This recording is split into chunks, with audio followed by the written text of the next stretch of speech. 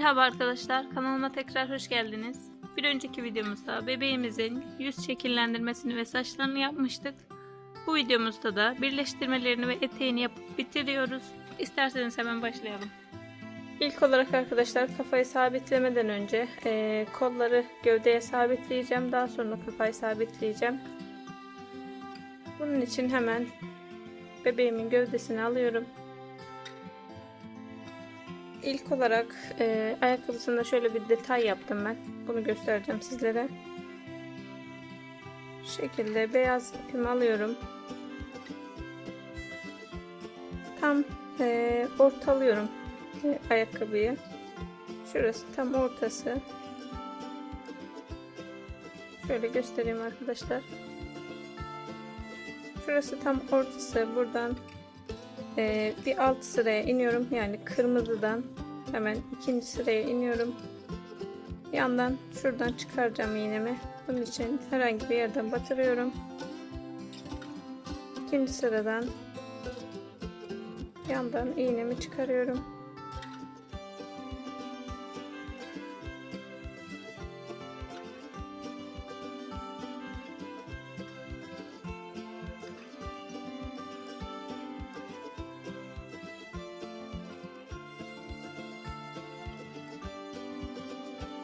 Şöyle bununla aynı ölçüde hemen diğer taraftan bir yerden batırıyorum.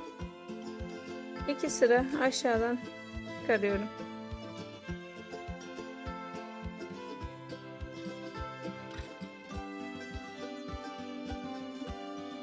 İki sıra aşağısından çıkardım hemen. Bunu da bu şekilde arkadaşlar diğer tarafa geçirip batırıyorum. Herhangi bir yerden çıkarıp ipimi bağlayıp içeride kaybediyorum.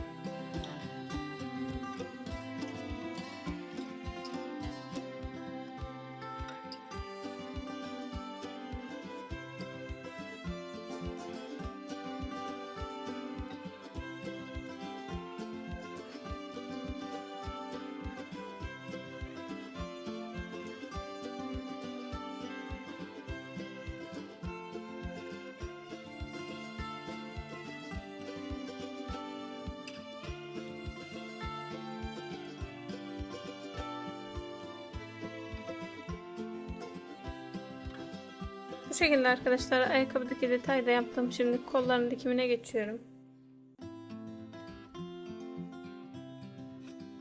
Hemen bebeğimin kolunun bir tanesini alıyorum. İpime iğnemi taktım. Kolu da arkadaşlar şu şekilde bacakla düz gelecek şekilde şöyle göstereyim. Yukarıya hemen ten rengi ve siyah ipimin birleştiği yere dikiyorum. Hemen şöyle bacaktan düz çıkardım. Ten rengi ve siyah renginin olduğu sıraya sabitliyorum.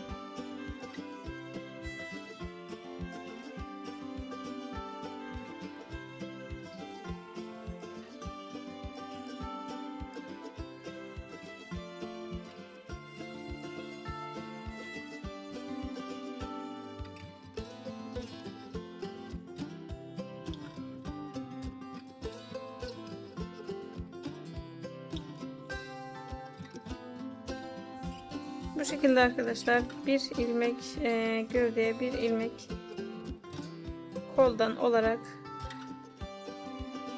bebeğimin kolunu gövdeye sabitliyorum. Diğerini de aynı şekilde bacaktan düz gelecek şekilde hizalayıp dikimini yapıyorum. Bebeğimin kollarını sabitledim arkadaşlar. Şöyle şu şekilde göstereyim. Şimdi kafasını birleştireceğiz. Bunun için de ben boynu ve kafası arasına şu uzunlukta bir boru koyacağım. Kafası sağa sola düşmesin diye. Böyle göstereyim. Şu uzunlukta yeterli olacak. Bunun yarısını şöyle şu şekilde gövdeye yerleştiriyorum. Yarısını da kafasının içine yerleştiriyorum. Bu şekilde arkadaşlar. Daha sonra da kafasını düzeltiyorum.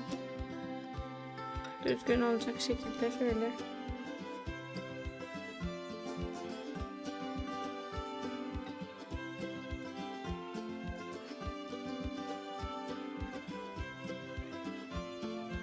İpimi de iğneme taktım arkadaşlar.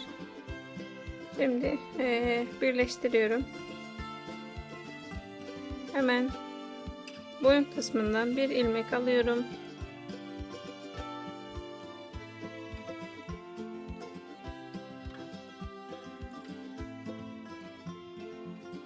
Bir ilmek kafadan alıyorum.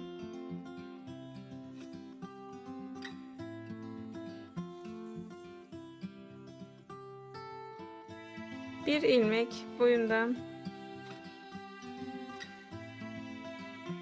bir ilmek kafadan. Bu şekilde arkadaşlar bir ilmek boyundan alıyorum. Bir ilmek de kafadan alarak gövdeyle kafasını birleştiriyorum.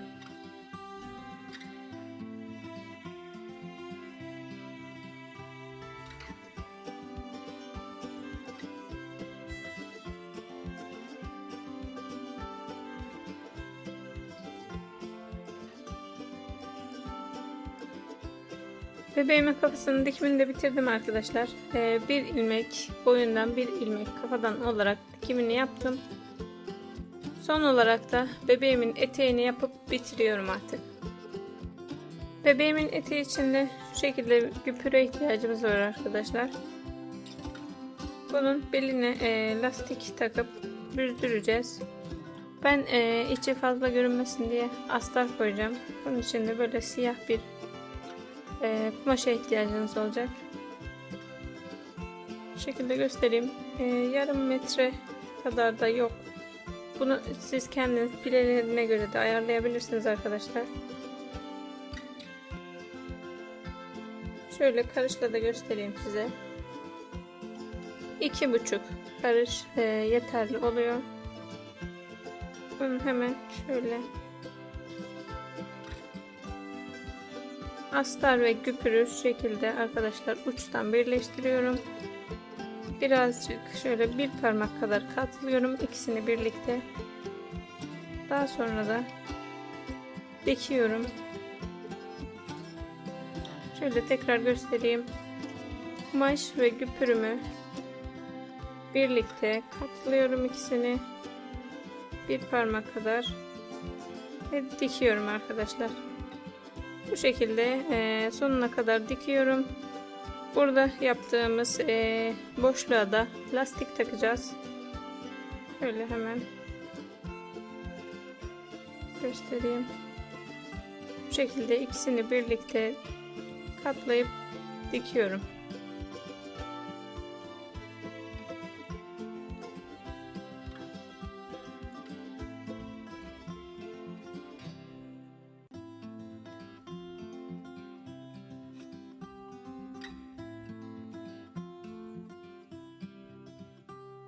Bunun sonuna kadar diktikten sonra da arkadaşlar şöyle göstereyim. Diktiğimizi varsayalım. Şöyle birleştireceğim. Burada oluşan boşluğa beline lastik takacağım. Ve şurayı da son olarak birleştireceğim. Lastiği de arkadaşlar bebeğin beline göre ayarlayacağız. Şu şekilde göstereyim. Şöyle ortadan katladığımda bebeğimin belinin tamamını kaplamıyor bile. Yani şöyle göstereyim. Şu kadar bir lastik kullanacağım ki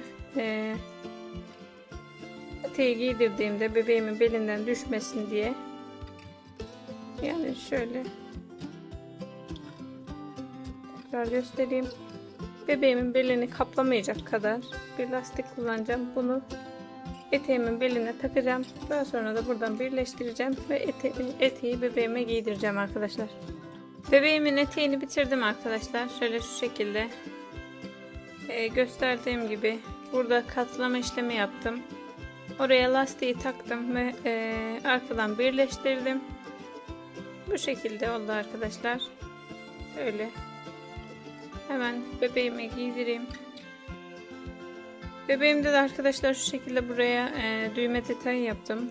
Şöyle ip geçişi yaparak düğme detayı yaptım. Şimdi eteğini giydirip bitiriyorum.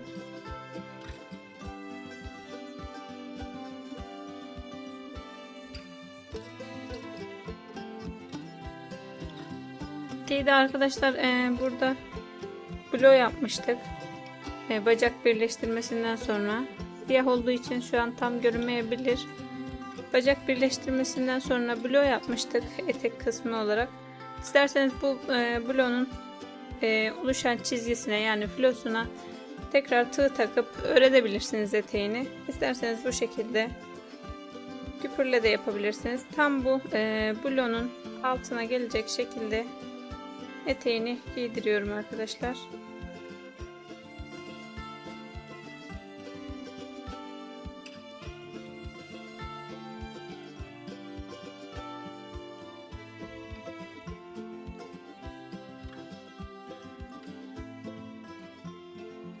Bebeğimin eteği de bu şekilde oldu arkadaşlar.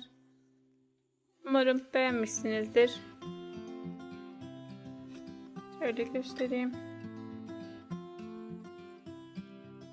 Son olarak da bebeğimin eteğini yaptım arkadaşlar ve bitti bebeğim. Umarım anlaşılır olmuştur arkadaşlar. Umarım beğenmişsinizdir. Böyle videolarımın devamı gelsin istiyorsanız kanalıma abone olup videomu beğenmeyi unutmayın. Yaptığınız bebeklerde de beni Instagram üzerinden etiketleyip paylaşmayı unutmayın arkadaşlar. Bu şekilde bebeğimi bitirdim. Bir sonraki videolarda da görüşmek üzere. Hoşça kalın.